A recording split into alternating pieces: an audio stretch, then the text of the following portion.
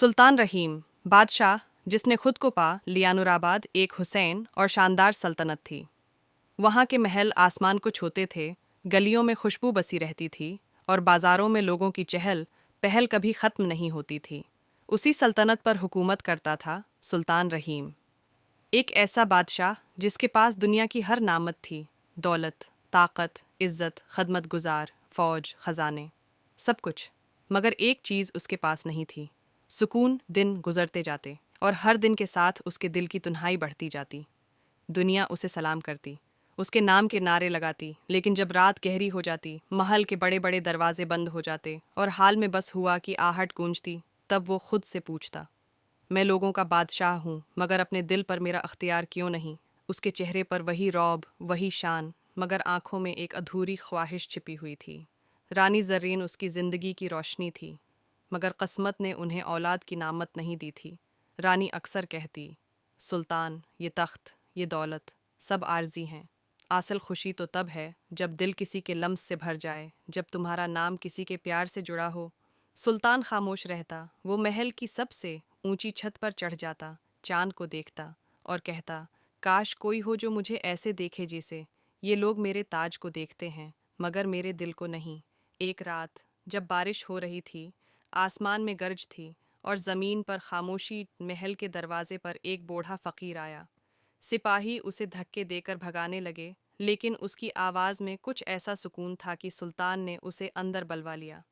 फ़कीर ने भीगे कपड़ों में दरबार में कदम रखा और बादशाह के सामने आकर कहने लगा, सुल्तान आलम, तेरे पास सब कुछ है, मगर तुझे वो नहीं मिला जो तुझे इंसान बनाता, सुकून। सुल्तान चौंक गया। फ़कीर की आंखों में एक सच्चाई थी जो किसी ने उससे पहले नहीं कही थी। सुल्तान ने पूछा, और वो सुकून कहाँ से मिलता है दरवीश? फ़कीर ने धीरे से जवाब दिया, ताज उतार कर लोगों में जा जा के देख, कैसे एक मज़दूर के चेहरे पर थकन के साथ भी मुस्कुराहट होती है।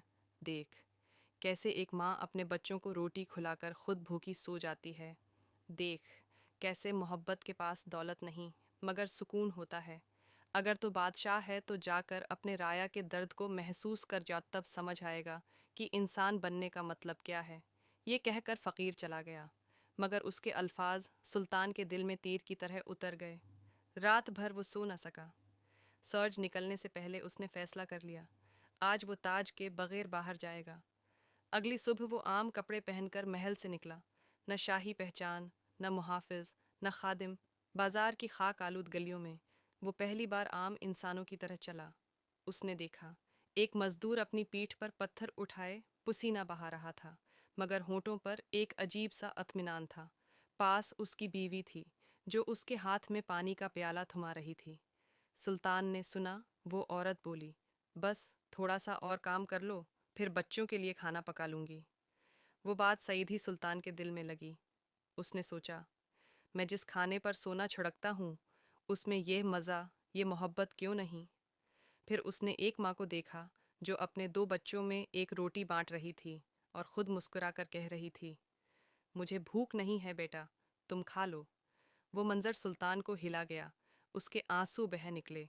उसने दिल में कहा, ये औरत भूखी है मगर खुश है, और मैं जो सबका बादशाह हूँ, अंदर से खाली क्यों हूँ? शाम को वो महल वापस आया, ताज उसके सामने रखा था। उसने उसे हाथ में लिया और धीरे से बोला, तूने मुझे ताकत दी, मगर इंसानियत मुझसे छीन ली। आज से मैं तेरे बगैर जिंदा रहना सीखूंगा। अगले दिन उसने दरबार बुलाया। सब दरबारी हैरान थे जब सुल्तान ने ऐलान किया, मेरे खजाने का आधा हिस्सा उन लोगों के लिए होगा जो भूखे सूते हैं। हर यतीम के लिए एक छत होगी, हर माँ के लिए एक एहतराम, और हर मजदूर के लिए इंसाफ। ये कहकर वो खामोश हो गया। कमरे में सुकूत छा गया। फिर हल्की सी रोशनी उसके चेहरे पर फैल गई। ये वो लम्हा था जब सुल्तान रहीम ने पहली बार दिल से मुस्कुराया। वक्त गुजरता गया। नूराबाद में गुर्बत कम होने लगी। लोगों के घरों में खुशी वापस आने लगी। बच्चे हंसते, माएँ दुआएं देती, और हर जबान पर एक ही नाम गूंजता, रहीमुल कल्ब। दिल वाला बादशाह डर सुल्तान को अब सुकून मिलने लगा था। वो रातों को आसमान की तरफ देखकर दुआ मांगता, ए खुदा, शुक्र है तूने मुझे इंसान बना दिया। सालों बाद जब बढ़ापा आया तो उसने अपने कमरे की दीवार पर वो चादर टांगी जो उसने फ़कीर से मुलाकात वाले दिन ओढ़ी थी।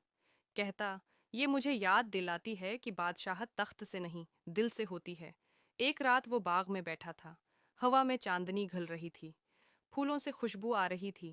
اس نے آسمان کی طرف دیکھا اور بولا، اے خدا، اب میں تیار ہوں، اب مجھے سکون مل گیا ہے۔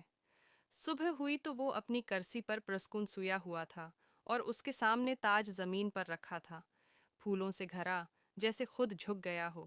لوگ اس کے جنازے کے ساتھ رو رہے تھے، لیکن ہر آنکھ میں احترام اور محبت تھی۔ اس کے مزار پر آج بھی لکھا ہے، یہاں وہ بادشاہ آرام کر رہا ہے جس کے پاس سب کچھ تھا، مگر سکون اسے تب ملا جب اس نے دل سے جینا سیکھا۔